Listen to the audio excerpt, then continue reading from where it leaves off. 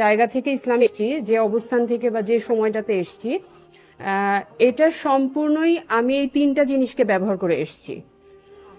আমি 29 বছর পর্যন্ত আমার আকলটাকে, আপনারা যেটা বলছেন আমি বিবেক বলি, বুদ্ধি বলি, এতদিন বলে জেনে আসতাম যে আমি 29 বছর আমার সমাজ, আমার পরিবার, মানুষের আচরণ এগুলো অবজারভেশন করেছি, অ্যানালিসিস করার যেটুকু আমার ক্যাপাবিলিটির মধ্যে ছিল আমি করেছি।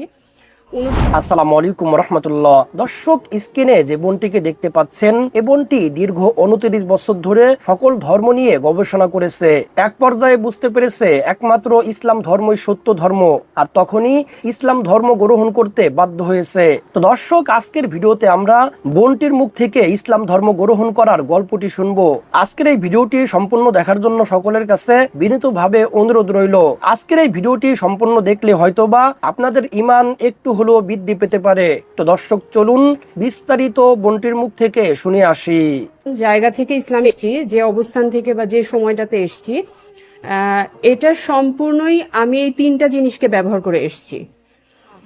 আমি 29 বছর পর্যন্ত আমার আকলটাকে, আপনারা যেটা বলছেন আমি বিবেক বলি, বুদ্ধি বলি, এতদিন বলে জেনে আসতাম যে আমি 29 বছর আমার সমাজ, আমার পরিবার, মানুষের আচরণ এগুলো অবজারভেশন করেছি, অ্যানালিসিস করার যেটুকু আমার ক্যাপাবিলিটির মধ্যে ছিল আমি করেছি। 29 বছর পরে এসে আমি 29 বছর অন্যান্য ধর্মগ্রন্থ পড়েছি। আমি হিন্দু ধর্মে তো জীবনযাপনই করেছি। এরপরে আমি প্রথম হিন্দু ধর্মের মানে ধর্মগ্রন্থগুলো পড়া শুরু করলাম, এটা অনার্স ফার্স্ট ইয়ারে। তারপরে আমি বাইবেল পড়লাম। আমি জাপানে শান্ত ধর্ম নিয়ে পড়ালেখা করেছি, মানে তুলনামূলক একটা আলোচনার পড়ালেখা আমি করেছি। এবং 2012 সাল পর্যন্ত আমি এই ডিসিশনে আসলাম যে এগুলো মানুষের লেখা বই, তার মানে ওগুলো সম্পর্কে আমি একটা ডিসিশনে ফাইন্ডিংস আসতে পারলাম। এরপরে 2012 সালের পরে যেটা হলো, আস্তে আস্তে আমি আমার চারপাশ বাকি জ্ঞানগুলো আমি গ্রহণ করা শিখলাম। 29 বছর পরে এসে আমি প্রথম কোরআনের বাংলা অনুবাদ পড়লাম। তারপরে আমি কোরআনের বাংলা অনুবাদ পড়লাম, মানে এই না যে আমি একদম 114টা সূরা সবগুলো আয়াতের একদম পুঙ্খানুপুঙ্খ বাংলা পড়েছি, তা না। আমার চোখের সামনে যখন যেটা এসছে আমি পড়েছি। এর সাথে আমি হাদিস, যে কয়টা হাদিস আমার চোখের সামনে এসেছে আমি পড়েছি। আমি খুব বিচার বিশ্লেষণ করে এরকম না যে কোনটা সহি, কতটুকু আছে, কিন্তু কোনটা আমি রিসিভ করছি বা রিসিভ করছি না, যেটা আমার মনে হয়েছে যে না, এটা মনে হয় আমার এত প্রিয় নবী করিম সাল্লাল্লাহু আলাইহি সাল্লাম তার কাছ থেকে এরকম আসার কথা না, তখন আমি সেটা একটু দূরে সরিয়েছি। তো তার মানে কিন্তু আমি কোরআনের আয়াতগুলো যখন বোঝার চেষ্টা করেছি, তখন বারবার আমার একটা প্রশ্ন ছিল, আল্লাহ কেন এটা বলছেন? আল্লাহ কেন আমাকে বললেন তোমাকে এটা পালন করতে হবে? আমি নিজের মনে প্রশ্ন করেছি। কখনো আল্লাহ সাহায্য পেয়েছি, তিনি আমাকে সাহায্য করেছেন বুঝতে। কখনো স্বপ্ন দেখেছি, জানি না এটা সবাই বিশ্বাস করবে কিনা। এবং আমি আমার এই 29 বছরের লেখাপড়ার ভিত্তিতে আমার যে বিবেক, বুদ্ধি বা আকলটা তৈরি হয়েছিল, সেটার ভিত্তিতে আমি ইসলামকে 16 দিন, 1 মাস পড়েছি। 16 দিনের মধ্যে আমি বুঝতে পেরেছি আমি ইসলাম ধর্ম গ্রহণ করেছি, এবং আমাকে পরিবার বা বিভিন্ন জায়গা থেকে বলা হয়েছিল দরকার নেই।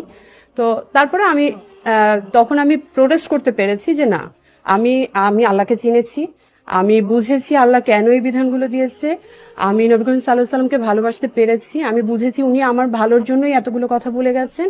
সুতরাং আমি আজকে থেকে তাকে তার ওবিডিয়েন্ট হব, বাধ্যতা স্বীকার করলাম, আমি আত্মসমর্পণ করলাম এবং বাধ্যভাবে আমি চলার চেষ্টা করবো যখন যেটুকু বুঝে এসছে।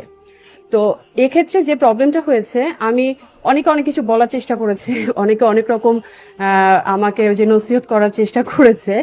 তো যেটা হয়েছে, আমার যে নিজস্ব একটা বুদ্ধি বা বিবেকের জায়গাটা ছিল, আমি কিন্তু ঠিক যতক্ষণ পর্যন্ত না আমি মানসিকভাবে বুঝতে পেরেছি যে হ্যাঁ, আমার কমন সেন্স যতক্ষণ পর্যন্ত না সায় দিয়েছে, আমি কিন্তু গ্রহণ করতে পারিনি। হয়তো সে আমার ভালোর জন্য বলেছে, কিন্তু আমি পারিনি। কারণ ছিল যে আমার নিজস্ব একটা কমন সেন্স, আমার একটা নিজস্ব বুদ্ধির জায়গাটা তৈরি হয়েছিল বা আকলের জায়গাটা তৈরি হয়েছিল।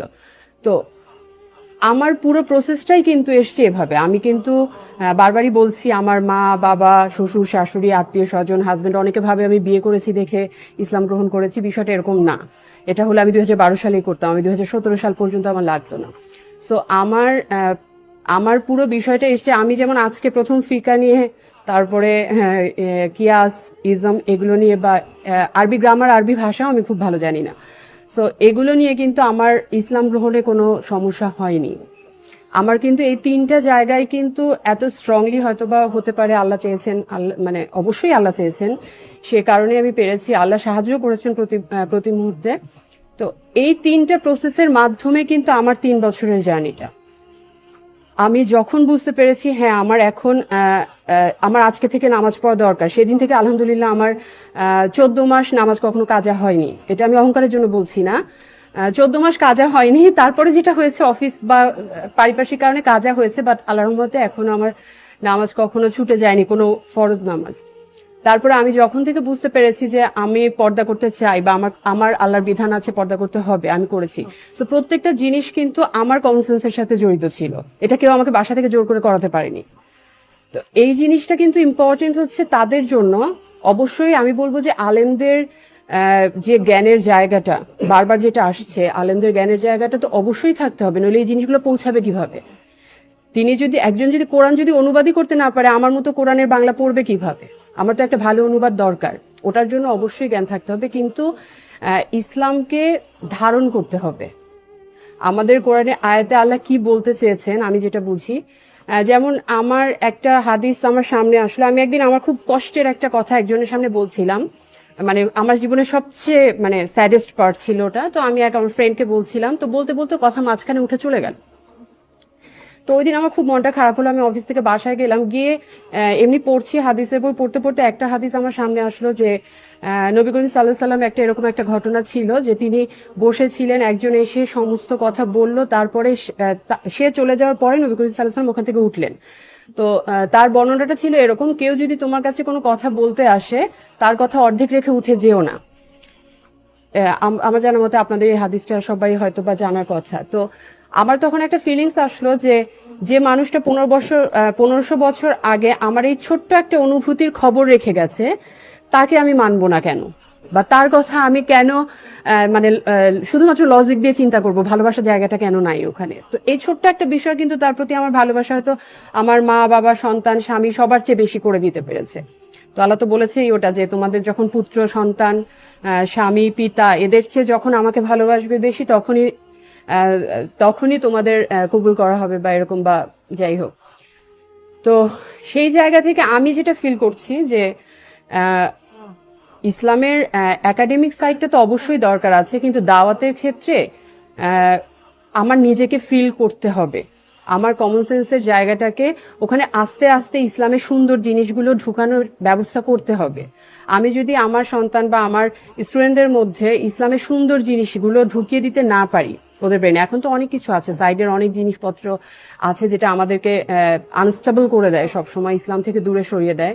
তো আমরা যদি ওদেরকে ধীরে ধীরে ইসলামের সৌন্দর্যগুলো যদি ওদের মধ্যে ইনপুট দিতে পারি, তাহলে কিন্তু ওদের চিন্তা করার জায়গাটা বাড়বে, ওদের ওই সেন্সটা আপগ্রেড করবে। তখনই কিন্তু আমি কোরআন এবং হাদিসকে আপন করে নিতে পারবো, তার আগে পারবো না। তো তো দর্শক, আশা করি সম্পূর্ণ ভিডিওটি দেখেছেন এবং বোনটি কিভাবে ইসলাম ধর্ম গ্রহণ করেছে আপনারা বুঝতে পেরেছেন। দর্শক, এই ইসলাম ধর্ম আমরা কত সহজভাবে পেয়েছি, আমরা কত ভাগ্যবান, আলহামদুলিল্লাহ আলহামদুলিল্লাহ। কিন্তু আমরা এত সহজে ইসলাম ধর্ম পাওয়ার পরেও আমরা আল্লাহ সুবহানাহু ওয়া তাআলার কাছে শুকরিয়া আদায় করি না, আমরা আল্লাহ সুবহানাহু ওয়া তাআলার হুকুম মানার চেষ্টা করি না। আমরা এত সহজে ইসলাম ধর্ম পেয়েছি, আমরা সর্বাবস্থায় আল্লাহ সুবহানাহু ওয়া তাআলার দরবারে শুকরিয়া আদায় করব, আলহামদুলিল্লাহ আলহামদুলিল্লাহ। তো দর্শক, আপনারা সকলেই দোয়া করবেন আল্লাহ সুবহানাহু ওয়া তাআলা যেন পুরো পৃথিবীর সমস্ত নন মুসলিম ভাই বোনদেরকে হিদায়াত নসিব করেন, আমিন আমিন। তো দর্শক, আজকের এই ভিডিওটি পর্যন্তই। আজকের এই ভিডিওটি ভালো লাগলে লাইক এবং শেয়ার করে দিয়েন।